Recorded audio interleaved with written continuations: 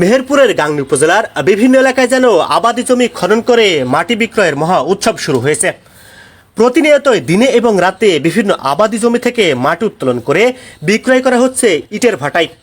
এতে করে একদিকে যেমন মাটির উর্বরতা কমে গিয়ে ফসল উৎপাদন ব্যাহত হচ্ছে, অন্যদিকে কাদা মাটি বহন করা অবৈধ পরিবহন, ট্রাক্টর থেকে মাটির টুকরো রাস্তায় পড়ে চলাচলে বিঘ্ন হচ্ছে, ঘটছে সড়ক দুর্ঘটনার ঘটনা।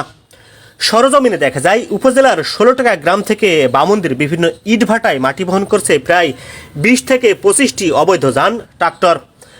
লোকাল সড়ক থেকে মহাসড়ক তাদের দখলে।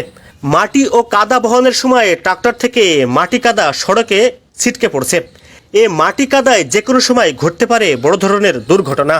রাস্তায় চলাচলকারী পথচারীরা বলেন, বিভিন্ন এলাকার সড়কসহ মেহেরপুর কুষ্টিয়া মহাসড়কেও মানুষের চলাচলের জন্য বিপজ্জনক হয়ে উঠেছে। মাটি বহনকারী অবৈধ যান ট্রাক্টর বিভিন্ন ইটভাটায় মাটি বহনের সময় কাদা মাটি রাস্তায় ছড়াতে যাচ্ছে, যে কারণে সড়কগুলি পরিণত হয়েছে মরণ ফাঁদে।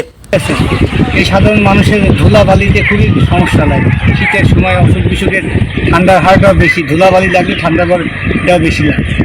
কথা বলতেছে এদের সাধারণ মানুষের খুবই কষ্ট। পলিপার তো বিরাট আকারের অ্যাক্সিডেন্ট, তাতে পারে রাস্তালে চিপা।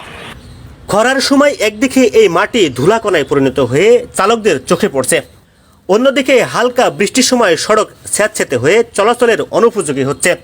পথচারীরা এমন অবস্থা থেকে মুক্তি পেতে চায়। তারা প্রশাসনের কাছে এই সড়ক সংকট থেকে মুক্তির অনুরোধ ও জোর দাবি জানিয়েছে। এই যে মনে করেন যেভাবে কাদা পড়ছে, মাটি পড়ছে, কোনো দেখছি নি যে একটা পরিষ্কার করার কোনো লোক তারা রাখেনি। যদি এখন বৃষ্টি হয়, বৃষ্টি হলে পারে রাস্তাতে যাওয়া যাবে না। বৃষ্টি হলে তো এক হাঁটু কাদা এমনি হয়ে যায়।